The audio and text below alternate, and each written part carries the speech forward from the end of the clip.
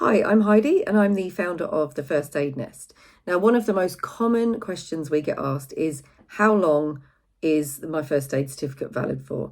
And that's a good question because there are actually a few different kind of time frames. So there's three most common courses, and we'll go through the three of them. There's the CPR, there's the first aid, and there's the sort of childcare first aid. That's kind of what we call them, the abbreviations. So the CPR is its proper name is Provide First Aid, and the course code is HLTAID 009. And this is the yearly refresher or the yearly CPR update, or whatever you like to call it. Basically, it runs out every year. The reason that there is an expiry date with these courses is that they often get updated.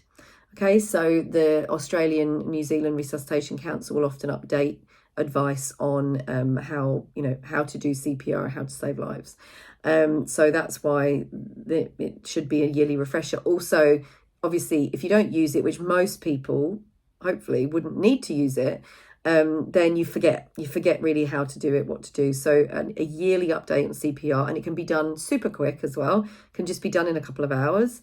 So every year you need to update your CPR, HLTAID 009. That's your Provide CPR. The next most common course that we do is the Provide First Aid, which is HLTAID 011. So this is definitely the most common. It covers pretty much everything. Unless you're in education or childcare, this is the one you need to do for your full first aid course, okay? It's different if you're in construction or if you're in electrics. There are different courses to do.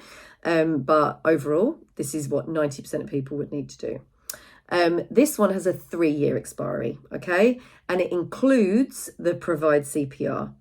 So there's 3 things that the Provide First Aid include, and it is obviously Provide First Aid, HLTAID 011. It also includes Basic First Aid, the certificate, which is HLTAID 010. And it also includes your Provide First Aid, which is a HLTAID 009. So you get all 3 certificates in one with this course, okay? So that's a 3-year expiry. And if you do your first aid with us, then you will be in our system where we give you prior notice of when it's going to run out, to give you a chance to actually refresh your CPR. We would send you out an email like after 10 months to let you know that in a few months your CPR is going to run out. And then a couple of months before your 3-yearly certificate runs out, we would send you an email for that too. So the last most common course would be the childcare first aid, which is the Provide First Aid in an Education and Care Setting, HLTAID 012.